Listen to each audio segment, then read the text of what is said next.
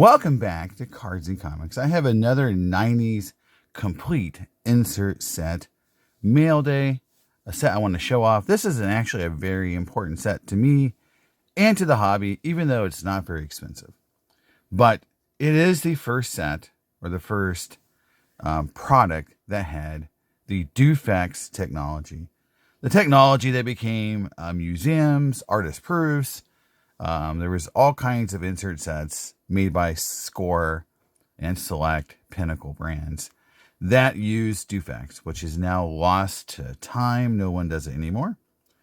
And it's kind of sad because it's one of the nicest looking card technologies that ever existed. But the set I received had two graded cards in the set, so I'll show them all first. First is card number 15, and you can see what the set looks like now. It is Cal Ripken Jr.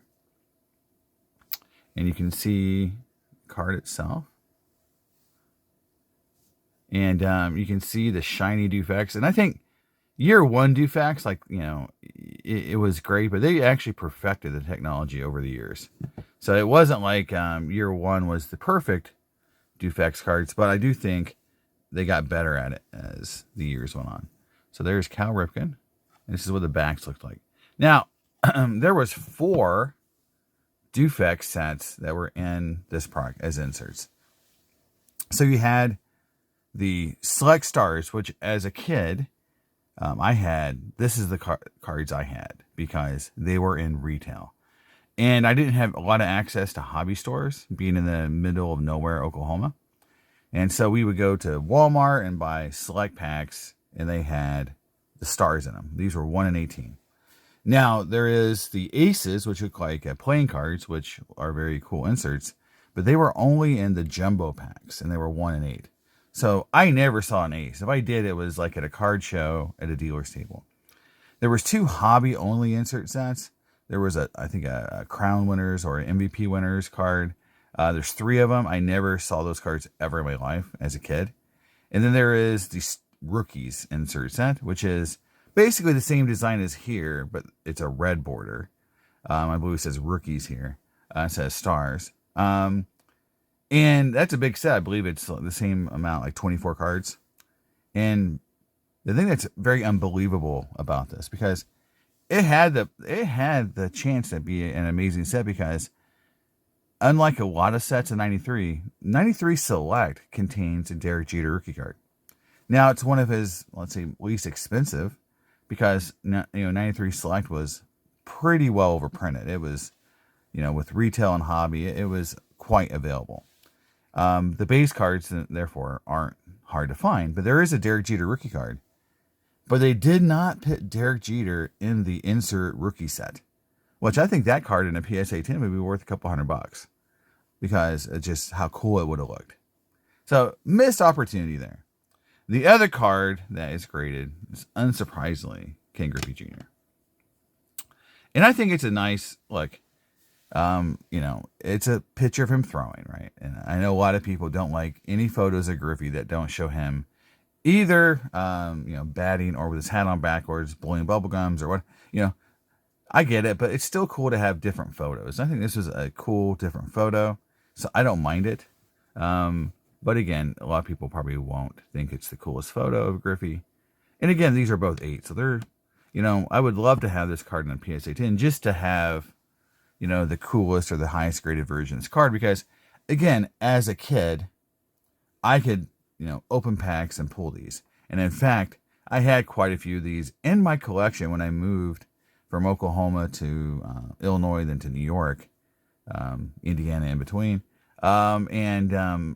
When I found my old binder of cards, I had quite a few of these still in my collection. And we'll go through the rest of them. Here is the rest of the set. So you can see them. So we got Fred McGriff. Well, he's card number 1. Yep. Then Ryan Sandberg, who's, I don't know if people are following him on IG, but he's battling cancer right now. So that's really sad. Ozzie Smith, Gary Sheffield, Darren Dalton, Andy Van Slyke. But I like this set too because there were some Pirate stars. Again, 93 was when the Pirates were still pretty good. Barry Bonds, awesome Pirate Bonds. Tony Gwynn, Greg Maddux. So you can see a lot of great players. Tom Glavine, John Franco, Lee Smith, Cecil Fielder, Roberto Alomar, Edgar Martinez. So again, not a lot of misses.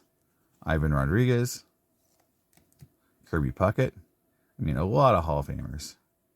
Joe Carter, Roger Clemens. And again, I think, like some of these photos, like the Clemens, they're very dark. Even, if you get them in the light and kind of shine them up. I think they got better DUFEX as time went on. Dave Fleming, probably biggest miss in the whole set. Paul Molitor and Dennis Eckersley. It's hard to argue that they missed a lot of players in the set. I guess you could argue that they missed Frank Thomas, right? During this time period. So I think that would be the biggest miss, in this whole thing. I think, let's see who the first baseman was in the American League, because I don't think Mark McGwire's in here either. So I think that's sort of like when you look at a set like this, you say, yeah, Cecil Fielder. So they put Cecil Fielder in, so you don't have Mark McGwire, you don't have Frank Thomas. Because Cecil, I think, was around this time period, he hit his 50 home run, so that was a huge deal. Little did we know that the whole home run thing was going to crash and burn, but just get crazy a few years later. So that's the entire set, though. I wanted to show it off because I feel like it's a great representation of the very first time DUFEX is ever used in a card, and they look amazing. I mean, I kind of say they got better at it, but again, for their first time out, I mean, this Eckersley color match is a beautiful card. And again, you can get these cards. I think I have to go back, maybe $25 or $30 for the entire set. It's 24 cards, so it's like I'm paying like $1 a card with 2 graded cards, something like that. I mean, if you're collecting 90s cards and don't want to, these are the kind of sets that you can get that have great technology, great player selection, and they're super cheap. And they were 1 in 18 packs, so these are like 2 a box.